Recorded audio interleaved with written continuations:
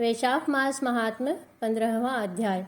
कथा सुनने वाले सभी श्रद्धालु भाइयों और बहनों को मेरा जय श्री कृष्णा। कथा शुरू करने से पहले मेरी एक छोटी सी रिक्वेस्ट है कि अगर आपने मेरे चैनल को अभी तक सब्सक्राइब नहीं किया हो तो कृपा करके उसे सब्सक्राइब कर लीजिए। चलिए 15वें अध्याय की कथा हम शुरू करते हैं।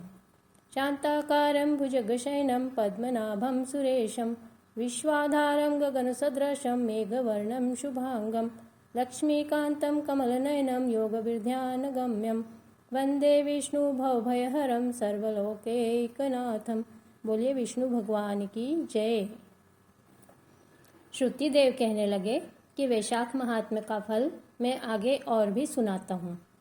पांचाल देश में राजा भूरी यश का पुत्र पुरुयश नाम वाला अत्यंत पुण्यात्मा तथा बुद्धिमान था। पिता के मरने पर वह राजा बना।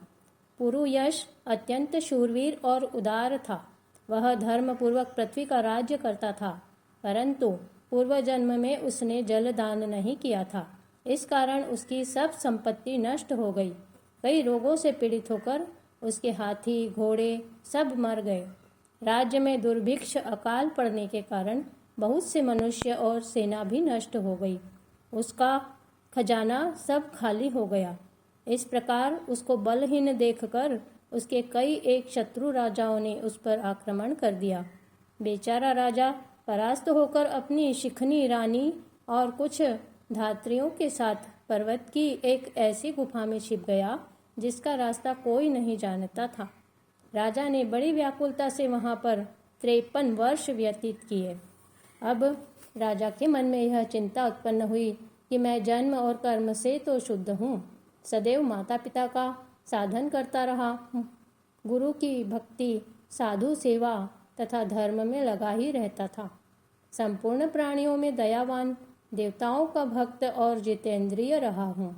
मेरा भाई बंधु पुत्र मित्र और हितकारी कोई नहीं है। मैंने जन्म भी अच्छे कुल में लिया, परंतु न जाने मेरे सब पौरुष कहाँ गए। मैंने ऐसा कौन सा पाप किया है जिससे यह घोर दरिद्रता पराजय हुई तथा वनवास के दुख सहने पड़ रहे हैं। इस प्रकार वह राजा अपने गुरु का स्मरण करने लगा।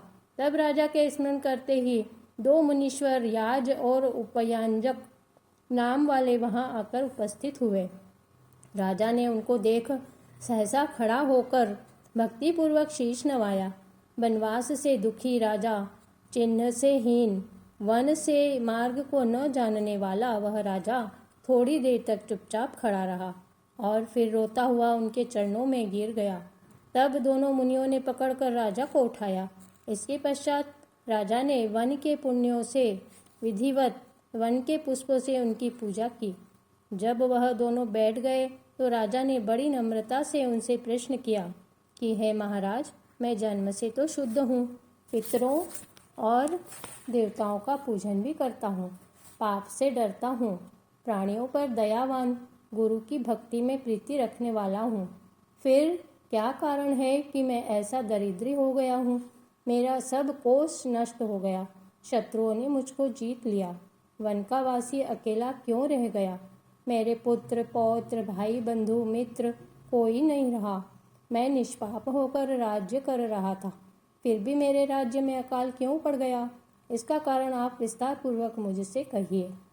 राजा के ऐसे वचन सुनकर थोड़ी देर सोचकर वह दोनों मुनि याज और उपयाजक कहने लगे कि हे राजन, तुम अपने दुख का कारण सुनो। पहले 10 जन्मों में तुम अत्यंत घोर पापी व्याध रहे हो। तब तुम अत्यंत कठोर हृदय संपूर्ण जीवों की हिंसा करने वाले थे। इंद्रिय दमन और शांति तुम्हारे में लेश मात्र भी नहीं थी। जिह्वा से कभी भगवान का नाम मात्र भी नहीं लिया करते थे। भगवान के चरणों का तुमने कभी मन में ध्यान भी नहीं किया, न कभी परमेश्वर को प्रणाम किया। इसी प्रकार पापों में तेरे 9 जन्म बीत गए।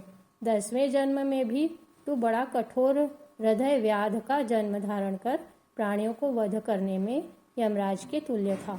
दयाहीन, शास्त्रों से सदा दूसरे जीवों का हिंसा करने वाला, निर्जन वन में सार्थकों की हत्या करने वाला, गौड़ देश के जनों के मांस को खाने वाला, अपने हित की बात न सोचकर सदा इसी प्रकार समय बिताया करता था। मृग और पक्षियों के छोटे छोटे बच्चों का वध करने के कारण इस जन्म में तेरे संतान नहीं हुई। तूने बहुतों के साथ विश्वासघात किया, इसी से तेरे कोई भाई नहीं हुआ। तूने मार्ग में यात्रियों को अत्यंत कष्ट दिए, इस कारण तेरा कोई मित्र नहीं हुआ। साधु महात्माओं का तिरस्कार करने से तू शत्रुओं से पराजित हुआ। तूने कभी दान नहीं दिया, इसी से तू निर्धन हो गया। तू सदा उद्वेग में रहता था, इसी कारण तुझको देश निकाला हो गया। सबकी बुराई करने से तुझको अत्यंत दुख भोगना पड़ा। पूर्व जन्म में सदा क्रूर कर्म करने से तुझको भोजन नहीं मिलता। इन्हीं कर्मों द्वारा तेरा राज्य छिन गया। अब तेरे सत्कुल में जन्म लेने के कारण बताते हैं। जब 10वें जन्म में तू गौड़ देश में था और अपने घोर एवं बुरे कर्मों से लगा हुआ यात्रियों को निर्दयता से कष्ट दिया करता था, तो उसी समय धूप से व्याकुल 2 बड़े धनवान वैश्य वेदांगों को जानने वाले कर्षण नाम वाले मुनि वहां पर आए। सिर पर जटा, देह पर छाल के वस्त्र, हाथ में कमंडलू लिए हुए इनको आता देखकर तू धनुष बाण लेकर उनका रास्ता रोककर खड़ा हो गया। फिर उनमें से एक वैश्य को मारकर तूने सब धन छीन लिया। जब तू दूसरे को मारने लगा तो वह समस्त द्रव्य वहीं घास फूस में फेंक कर डर के मारे भाग गया। तब कर्षण मुनि व्याघ के हाथ से मारे जाने के भय से व्याकुल मूर्छा खाकर पृथ्वी पर गिर गए। तब तूने गिरे हुए ऋषि से पूछा कि वैश्य ने धन कहाँ छिपाया है। फिर एक गड्ढे के पानी से उनके हाथ मुंह धोए और उनको मूर्छा न आ जाए, इस कारण उन पर पंखे से हवा करने लगा और मुनि से कहा कि जब तक मैं इस वन में सशस्त्र हूँ तब तक उसको किसी बात का भय नहीं। निर्धन मनुष्य सदा सुखी रहते हैं तथा तुम्हारे फटे वस्त्र और टूटे बर्तनों को लेकर भी मैं क्या करूँगा। तुम केवल यही बताओ कि उस वैश्य ने धन को कहाँ छिपाया है। यदि ठीक नहीं बताओगे तो तुम्हें मैं मार डालूंगा। कर्षण बोले कि वैश्य धन को इन वृक्षों में फेंक गया है और स्वयं इधर भाग गया है। तब व्याघ ने ऋषि से कहा कि तुम निडर होकर सुखपूर्वक यहाँ से चले जाओ। यहाँ से थोड़ी दूर पक्के तालाब में निर्मल जल है, वहां पर जल पीकर और अपना परिश्रम दूर कर अपने स्थान को चले जाओ।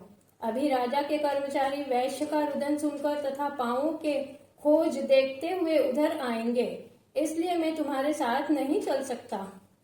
यह पंखा ले जाओ, इसकी हवा से कुछ गर्मी कम हो जाएगी। इस प्रकार तुम पंखा देकर गहन वन में चले गए। यद्यपि तुमने कार्यवश उसकी सेवा की थी, परंतु वैशाख मास की प्रचंड धूप में तुम्हारे द्वारा की गई इस सेवा के परिणाम स्वरूप तुम्हारा जन्म विशाल राज्य वंश में हुआ। यदि तेरी इच्छा अब सुख, राज्य, धन, धान्य, लक्ष्मी, स्वर्ग या सायुज्य मुक्ति पाने की है तो वैशाखोक्त धर्म करो, तुमको संपूर्ण सुख प्राप्त हो जाएंगे। इस मास का नाम माधव मास है और तृतीय का अक्षय तृतीया। इस दिन तुम तत्काल ब्याई गो ब्राह्मणों को दे दो, इससे तुम्हारे कोष भर जाएंगे। क्षत्रिय के दान से तुमको राज्य की प्राप्ति होगी। विधिवत स्नान कर माधव भगवान की पूजा कर दिव्य प्रतिमा के दान से तुम्हारी विजय होगी। यदि तुम्हारी इच्छा अपने समान पुत्रों की है तो तुम सब प्राणियों के हित के लिए प्याऊ लगवाओ। हे राजन, इन वैशाखोक्त सब धर्मों के करने से समस्त लोग तुम्हारे वश में हो जाएंगे और तुम निष्काम होकर फिर भगवान की प्रसन्नता के लिए इन धर्मों को करोगे तो साक्षात विष्णु तुमको दर्शन देंगे। जो मनुष्य इन कर्मों को करता है उसको अक्षय लोकों की प्राप्ति होती है, ऐसा पुराणों में लिखा है। हमने जो कुछ सुना और देखा है वह सब तुमको बतला दिया। इतना कहकर दोनों कुल पुरोहित, याज और उपायजक अपने अपने घर को चले गए। तब वह महापराक्रमी राजा कुल पुरोहितों के कथना अनुसार वैशाखोक्त धर्म और भगवान की पूजा करने लगा, जिसके प्रभाव से राजा ने अपनी बची हुई सेना को लेकर पांचाल नगरी में प्रवेश किया उधर दूसरे राजा मिलकर इससे युद्ध करने लगे। इस प्रकार इनमें घोर संग्राम हुआ, परंतु उसने सबको जीत लिया। वे राजा युद्ध स्थल छोड़कर भाग गए।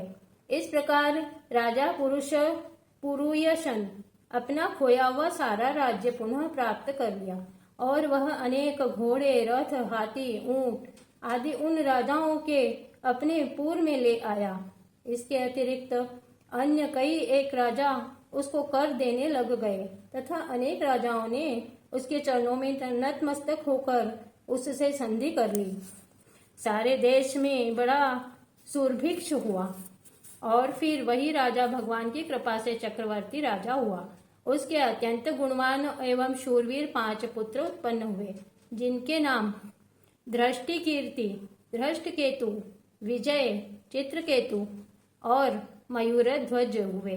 समस्त प्रजा राजा से प्रेम करने लगी तथा वे शाखोक्त धर्मों के करने से सब उसका विश्वास करने लगे और वह स्वयं निष्काम चित्त होकर मधुसूदन भगवान की पूजा के लिए सभी धर्म करने लगा, जिससे प्रसन्न होकर भगवान ने उसको अक्षय तृतीया के दिन साक्षात दर्शन दिए। भगवान को देखकर राजा को बड़ा विस्मय हुआ। भगवान चतुर्भुजधारी, शंख, चक्र, गदा, पद्म से सुशोभित पीताम्बर धारण किए हुए, वनमाला पहने हुए, लक्ष्मी सहित गरुड़ पर चढ़े शोभित हैं। उनके तेज को देखकर राजा ने अपने नेत्र बंद कर लिए। भगवान के दर्शन कर राजा अत्यंत प्रसन्न हुआ, जिससे उसके शरीर में रोमांच हो गया। नेत्रों से आंसू गिरने लगे और गदगद वाणी से हाथ जोड़कर भगवान की स्तुति करने लगा। इस प्रकार वैशाख महात्म्य का 15वां अध्याय समाप्त हुआ। बोलिए श्री विष्णु भगवान की जय।